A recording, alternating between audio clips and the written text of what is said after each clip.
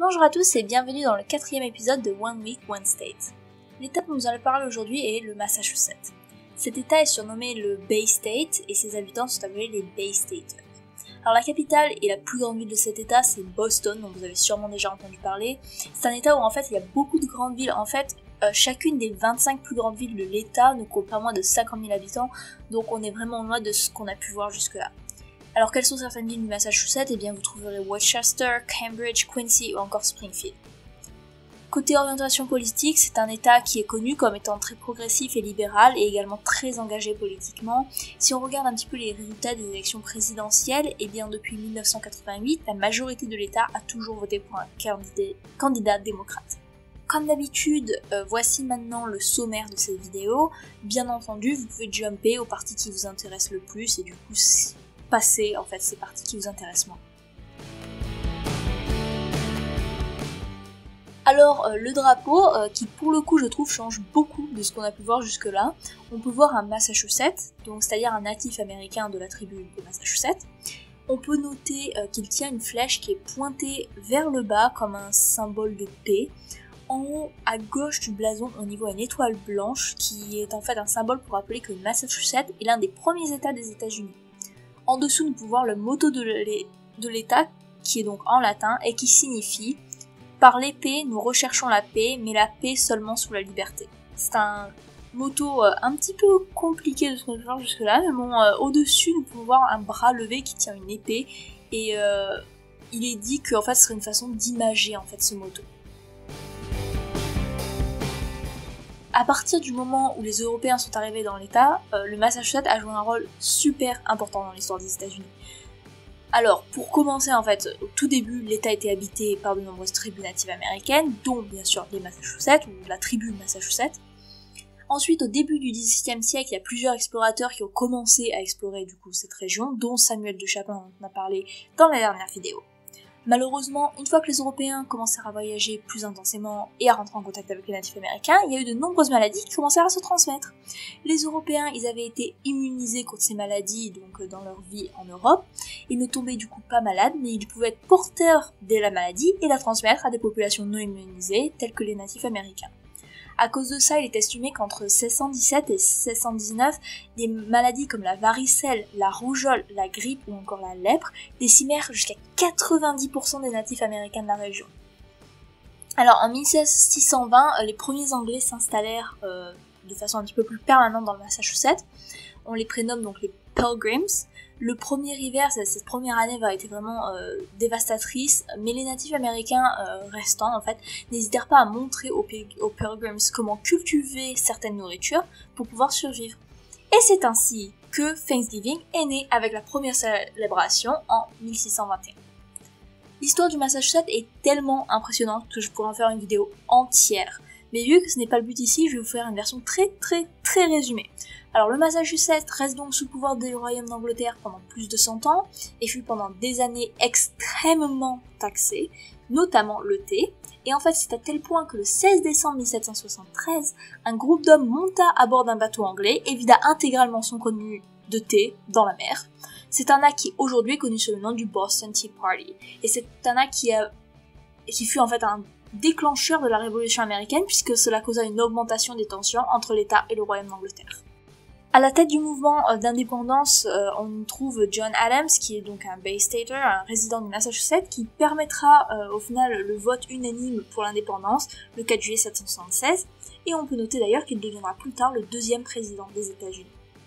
Pendant le 19e siècle, l'État vécut une période de prospérité, ce fut un leader du développement industriel, avec des usines, la chasse à la baleine, les chemins de fer, tout ça. On peut noter que pendant la guerre de sécession, l'État joua un rôle majeur dans l'abolition de l'esclavage. Si vous voulez un petit peu des faits intéressants, eh bien c'est dans le Massachusetts en 1891 à Springfield que le basketball fut inventé. Et en 1895 à Holyoke que le volleyball fut inventé, donc deux grands sports qui furent inventés dans le Massachusetts. L'État, après ça, continue à se développer, alternant entre périodes de prospérité et celles de guerre ou de dépression économique. Ces 30 dernières années, le Massachusetts confirma son rôle dans l'éducation et la création d'électronique et la médecine. Des petits faits un petit peu très récents sur l'histoire de cet État, je vais vous en donner 4 comme ça. En 2002, il y a eu un gros scandale sur la protection en fait par le diocèse de prêtres pédophiles dans les églises du Massachusetts. Pourquoi je dis ça? Parce que on reviendra sur ce sujet rapidement quand on parlera de la Pennsylvanie, puisqu'il y a eu un problème similaire juste en 2018. En 2003, un tribunal indique que le refus du mariage pour tous, le mariage homosexuel, était anticonstitutionnel, donc c'était un premier État à supporter le mariage pour tous. En 2013, le marathon de Boston fut victime d'une attaque terroriste quand 2 bombes explosèrent à la ligne d'arrivée de la course, blessant plusieurs centaines de personnes et en tuant 3, vous en avez sûrement entendu parler. Et enfin en 2016, l'État vota en faveur de la légalisation de la marijuana. Ok, ça fait beaucoup de choses à dire, c'est ce que je vous disais, l'histoire du Massachusetts est absolument folle, il y a vraiment énormément de choses et d'informations, donc je vous recommande fortement d'aller en apprendre plus par vous-même. Alors, côté géographie, le Massachusetts c'est 27 340 km² de territoire qui est divisé en 14 counties. L'État est bordé par 5 États, au sud on a Rhode Island et le Connecticut, à l'ouest par New York, et enfin au nord on a Vermont et le New Hampshire. Côté topographie, alors l'État est divisé en 6 parties. Toute la partie est est composée du Coastal Lowland, donc du bord de mer en fait. Le centre est composé de l'Eastern et du Western New England Upland, où on trouve un terrain donc généralement plus élevé avec des montagnes, un petit peu des collines et des vallées.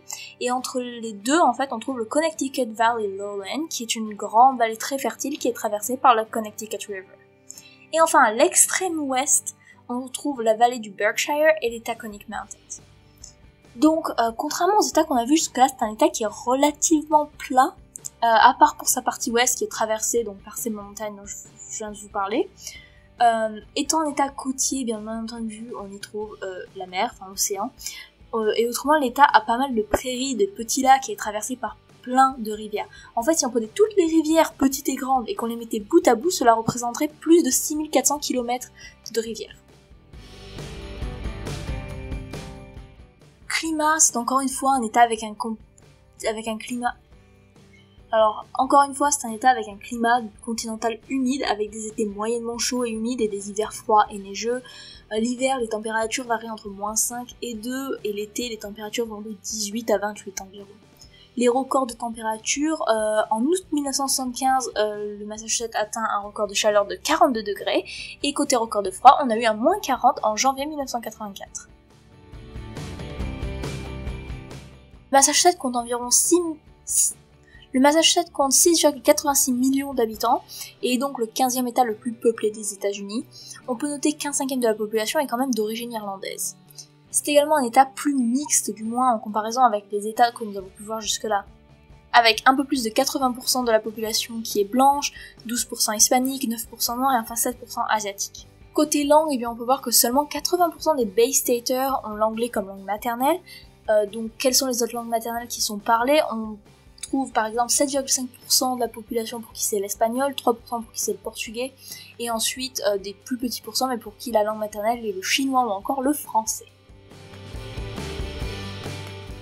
Côté industrie, l'État historiquement dépendait énormément sur l'agriculture et la pêche, mais à l'heure d'aujourd'hui c'est un État qui est très modernisé et qui joue un rôle majeur dans la fabrication d'ordinateurs, d'imprimantes, de métal et d'autres produits électroniques de haute technologie.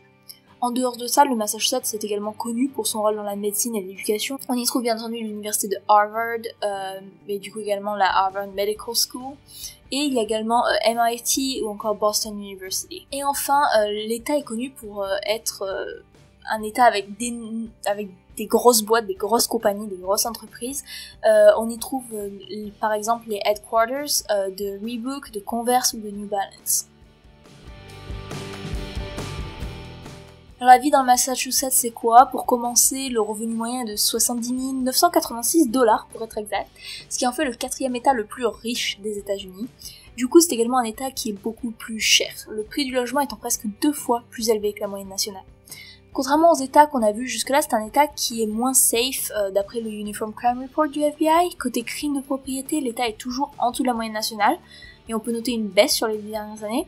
Par contre, côté crime violent, la différence avec la moyenne nationale est loin d'être importante, et bien qu'étant actuellement un petit peu en dessous de la moyenne nationale, ce n'était pas le cas entre 2008 et 2015.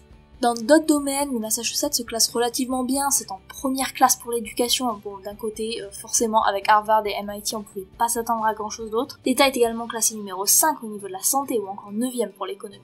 Alors enfin, quoi manger dans le Massachusetts? Quelles sont ces nourritures typiques de l'État, traditionnelles même? C'est un État qui est en bord de mer, alors forcément on retrouve pas mal de plats centrés autour de la mer, comme les Saint-Jacques, les palourdes frites ou les huîtres. L'État est également connu pour son corned beef, et pour en avoir goûté, je peux vous dire que c'est à essayer, c'est vraiment une tuerie. Et on trouve aussi le fameux Boston Baked Bean. La traduction littérale est les haricots au four de Boston, mais en gros c'est des haricots cuits au four avec de la viande et de la sauce. On peut noter qu'il existe également une version bonbon, alors personnellement j'ai jamais essayé, et aucun des deux d'ailleurs, ni les bonbons ni le vrai plat. Donc du coup le seul conseil que je peux vous donner c'est de ne pas manger la version boîte industrielle, puisqu'apparemment ça a plutôt mauvaise réputation, et le mieux est donc d'aller le manger dans un vrai restaurant. Et écoutez, si vous essayez, vous me mettez un petit commentaire pour me dire ce que vous en avez pensé. Vous prévoyez un voyage dans le Massachusetts et vous ne savez pas trop quoi visiter, eh bien j'ai quelques idées à vous donner. Bien entendu, vous pouvez aller voir Boston, tout simplement. Si vous ne savez pas trop par où commencer, vous pouvez vous rendre au Visitor Center et ensuite vous commencez à suivre cette ligne rouge, le Boston Freedom Trail, qui vous permettra de découvrir certains monuments les plus importants en fait de la ville, tels que le Massachusetts State House, la statue de Benjamin Franklin, ou encore King's Chapel. Si on reste dans les grandes villes, bien entendu, vous pouvez aller visiter Cambridge, vous serez en mesure de voir le campus d'Harvard ou de MIT. Vous pouvez aller balader dans d'autres grandes villes telles que Worcester, Springfield, New Bedford ou encore Lynn. Si vous voulez vous éloigner un petit peu des grandes villes au contraire et vous souhaitez être près de la mer, vous pouvez aller dans le Cape Cod, vous pouvez visiter les villes de Provincetown ou encore Yannis, ou alors vous pouvez vous rendre sur l'île de Martha Vineyard. Ah oui, et quitte à être près de l'océan, vous pouvez en profiter pour faire un tour de bateau et aller voir les baleines. Si vous cherchez un peu d'histoire, vous pouvez visiter Plymouth, qui est la première ville où les Pilgrims se sont installés et également là où a eu lieu le premier Thanksgiving. Côté nature, vous pouvez suivre le Mohawk Trail qui passe à travers la Mohawk Trail State Forest et tout simplement à aller camper dans cette forêt. Non seulement on y trouve tous les avantages de la nature, donc c'est-à-dire que vous pouvez y camper, y faire des feux de camp, voir des animaux sauvages comme des ours ou des bobcats, mais en fait en suivant le trail, vous allez marcher sur les pas des natifs américains, puisqu'en fait c'est un chemin qui était très utilisé par les natifs américains pour voyager depuis le Connecticut. Et voilà, c'est tout ce que j'ai pour le Massachusetts. C'est un état qui commence à se rapprocher un petit peu plus de l'image des USA qu'on peut avoir dans les films, puisque vous y trouverez plein de grandes villes à visiter et que du coup il y a plein de choses à faire, entre tout ce qui est musée, monuments historiques, etc. etc. Sur ce, j'espère que cette vidéo vous a plu et je vous dis à la semaine prochaine pour une nouvelle vidéo de One Week, One State.